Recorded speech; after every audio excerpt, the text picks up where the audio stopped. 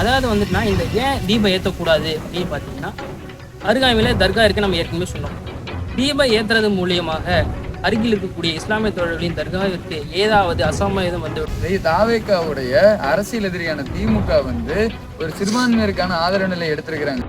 தற்பொழுது தமிழ்நாட்டில் 2026ஆம் ஆண்டு சட்டமன்ற தேர்தல் நெருங்கி வரக்கூடிய சமயத்துல பார்த்தீங்கன்னா இந்த பிரச்சனை எழும்பிருக்கில் உருவாக்கப்பட்டிருக்குன்னு சொல்லலாம். அவர்கள் வீட்டுக்கு ஒரு கார் மற்றும் வீட்டுக்கு ஒரு மோட்டார் பைக் தரேன்னு சொல்லியிருக்காங்க. கேள்வி தப்பா கேட்கறீங்கன்னு நினைக்கிறேன். ஜனநாயக பார்வை நேயர்களுக்கு வணக்கம். நான் உங்கள் நிருபர் நவீன். தற்போது நமது நண்பர் திரு MTL அபினேஷ் அவர்களுடன் தமிழ்நாட்டில் நடக்கின்ற அரசியல் நிலவரங்களை பற்றி பேச இருக்கின்றோம். வணக்கம் திரு அபினேஷ். வணக்கம் நவீன். முதல் கேள்வி என்னன்னா, மதுரை மாவட்டம் திருப்பரங்குன்றம் விஷயத்துல தாவேகாவின் தலைவர் திரு விஜய் அவர்கள் தொடர்ந்து மௌனம் காத்துக்கொண்டே வருகிறார். அவரோட நிலைப்பாடுதான் என்ன, இல்ல என்னவா இருக்கும் நீங்க எதிர்பார்க்கிறீங்க? அதாவது மதுரை திருப்பரங்குன்ற விவகாரத்துல பாத்தீங்கன்னா தாவேக்காவினுடைய நிலைப்பாடை பார்ப்பதற்கு முன்பாக நமது அந்த திருப்பரங்குன்றத்தின் மலையினுடைய வரலாற்று பின்னணியை பார்த்து விட்டு இப்ப தாவேக்காவினுடைய நிலைப்பாடை விளக்கணும்னா மக்களுக்கு எளிமையா புரிய நான் நினைக்கிறேன்.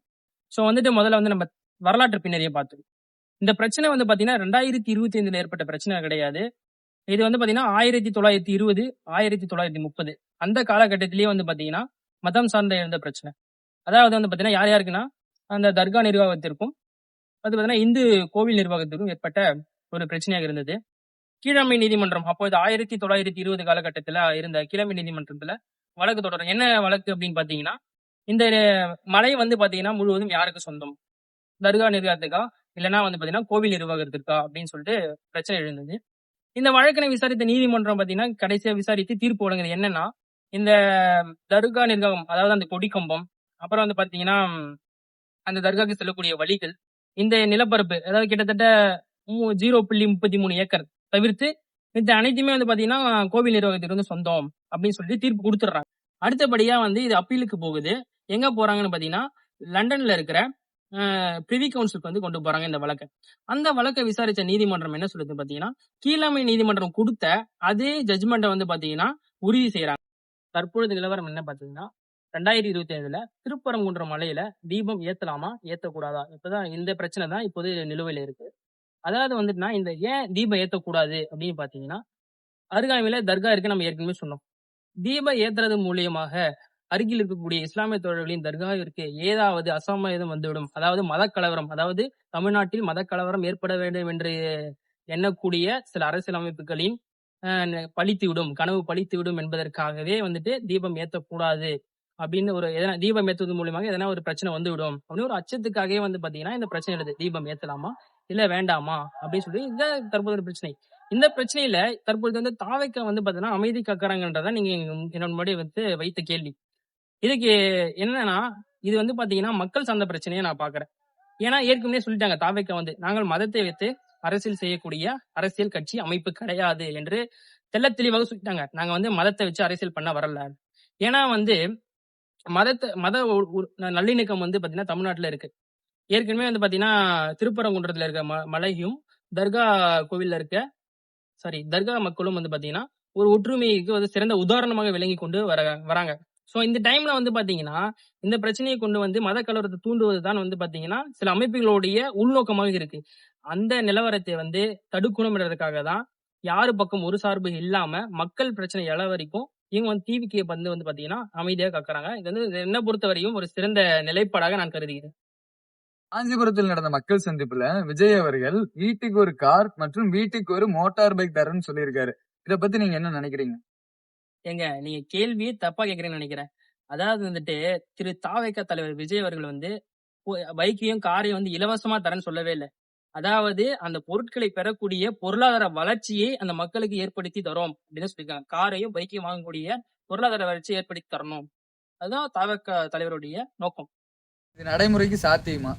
ஏங்க சாத்தியம் இல்ல. உங்களுக்கு ஒரு உதாரணம் சொல்றேன். இப்ப பாத்தீங்கன்னா தென்கொரியா 1960ல பொருளாதாரத்துல வீழ்ச்சி அடைந்த நாடு. ஆனா இன்றைக்கு பாத்தீங்கன்னா ஒவ்வொரு தனி மனிதனுடைய கல்வி மேம்பாட்டின் காரணமாக அந்த நாட்டினுடைய பொருளாதார வளர்ச்சியை மேம்பட்டு இருக்கு. இதற்கு ஒரு சிறந்த உதாரணம். அதே போல பாத்தீங்கன்னா ஜெர்மனி.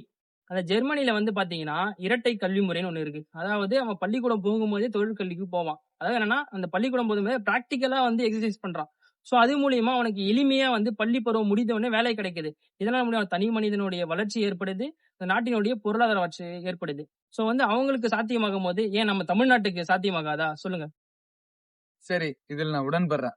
அதே போல என்னுடைய அடுத்த கேள்வி என்னன்னு சொல்லி பாத்தீங்கன்னா, வரும் 18ஆம் தேதி ஈரோடு மாவட்டம் பெருந்துறையில் திரு விஜய் அவர்கள் அடுத்த மக்கள் சந்திப்பு நடத்த இருக்கிறார்.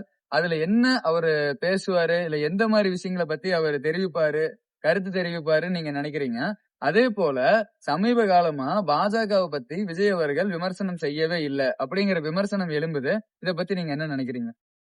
வருகின்ற 18ஆம் தேதி ஈரோடு சந்திப்புல வந்து பாத்தீங்கன்னா, திரு விஜய் அவர்கள் வந்து கலந்து கொள்ளதா இருக்காரு.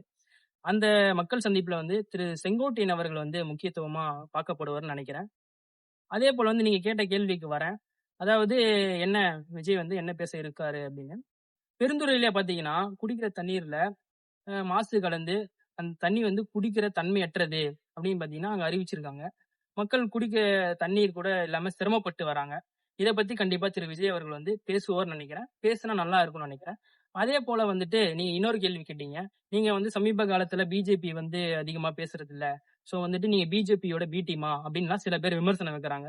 அதாவது நான் தெளிவா சொல்றேன். தமிழ்நாட்டுல 26ல வரக்கூடியது வந்து பாத்தீங்கன்னா, சட்டமன்ற தேர்தல். அப்ப வந்துட்டு பிஜேபின்றது வந்து பாத்தீங்கன்னா கேம்லே இல்லைங்க. ஏன்னா வந்துட்டு இருக்கிற போட்டி பாத்தீங்கன்னா, டிஎம்கே, டிவிகேன்னு அவரு தெளிவா திரு விஜய் அவர்கள் சொல்லிட்டு வராரு. எங்க 2 பேருக்கு தான் போட்டி. ஒண்ணு டிஎம்கே, இன்னொன்னு வந்து பாத்தீங்கன்னா டிவிகே. நடுவுல வந்துட்டு பாத்தீங்கன்னா, நீங்க பிஜேபி எதிர்க்கலாம். இதெல்லாம் ஒரு கேள்விங்களாங்க பார்க்கப்படுதா? ஒரு விமர்சனம் பார்க்கப்படுதா? யாரு வந்தாலும் தமிழ்நாட்டுல பிஜேபியோட பி டீமு. இன்னொரு சாயம் பூசுறது வந்து ஒரு விமர்சனமா வந்து ஏத்துக்கக்கூடியதா? இல்லங்க. ஏன்னா வந்துட்டு கொள்கை தரவுலருந்து எல்லாமே வந்து பாத்தீங்கன்னா, சமத்துவத்தோட பயணிச்சிருக்கிறவர் வந்து திரு விஜய் அவர்கள்.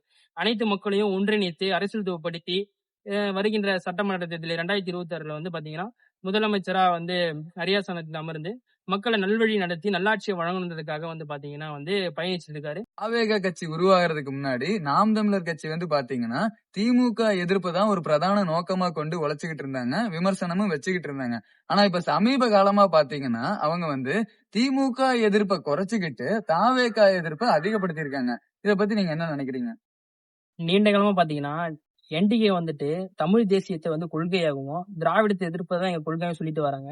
ஆனா அவங்க எந்த நோக்கத்துக்காக வந்துட்டு தாவேகாவ எதிர்த்துட்டு வராங்கன்னு தெரியல. அதாவது அவங்க கொள்கைக்கு மாறாக இருக்கக்கூடிய டிஎம்கேவ விட்டுட்டு, இப்போ வந்து தாவேகா வந்து எதிர்த்துட்டு வராங்க. அதனுடைய பலன் தான் என்னன்னு கண்டிப்பா எங்களுக்கு தெரியல.